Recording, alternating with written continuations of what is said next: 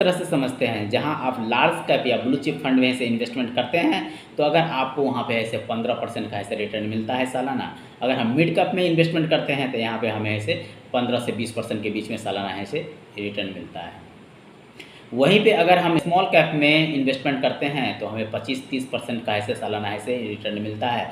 But अगर कहा जाए कि अगर रिस्क अगर ज़्यादा है स्मॉल कैप में दोस्तों, तो मार्केट किसी कारणवश टूट रहा है, तो हम स्मॉल कैप से अपने पैसे को ऐसे लार्ज कैप में ऐसे स्विच कर लेंगे। तो जो भी बड़ी कंपनियाँ होती है उसका शेयर्स प्राइस ऐसे बहुत कम टूटते हैं, बट स्मॉल कैप का में प्राइसेस थोड़ा सा ज़्यादा टूट जाता है।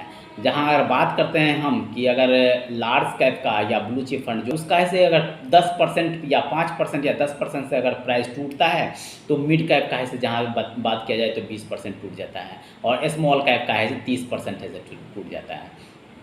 डिफरेंस ऐसे बस इतना है कि अगर आपको मिल रहा है स्मॉल कैप में 25 से 30% ऐसे अगर ग्रोथ मिल रहा है दोस्तों, अगर 30% का, तो आपको 15% का ऐसा प्रॉफिट मिलेगा। फिर भी तो दोस्तों जो भी लार्ज कैप में अगर आप इन्वेस्टमेंट करते हैं, तो वहाँ पे आपको 15% का ऐसा प्रॉफिट मिल रहा है।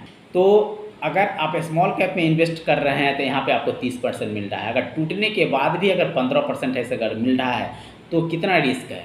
रिस्क तो कुछ भी नहीं है। आप समझ लो कि आप ऐसे लार्ज कैप फंड में इन्वेस्टमेंट कर रखे हो। सपोज़ दैट अगर नहीं टूटता है, तो आपको तो 30% ऐसे मिलेंगे प्रॉफिट।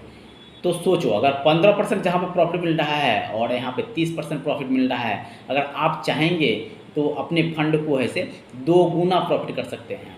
और मैंने ऐसा बहुत सारा मैं वीडियो बना के अपलोड कर रखा हूँ, जहाँ पे अगर 1% का अगर ज़्यादा ऐसे रिटर्न मिलता है, तो वहाँ पे आप देखेंगे तो कम से कम 30 लाख रुपया का ऐसे फंड ऐसे डिफरेंस आ जाता है फंड में।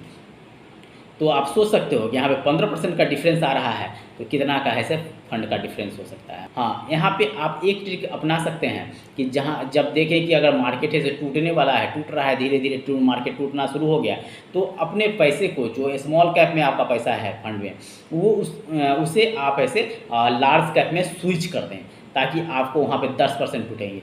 फिर मार्केट स्टेबल हो जाए, तो फिर लार्ज कैप से स्मॉल कैप में आप स्विच कर जाएँ। उस समय आपको से पता चलेगा कि लार्ज कैप से टूटा हुआ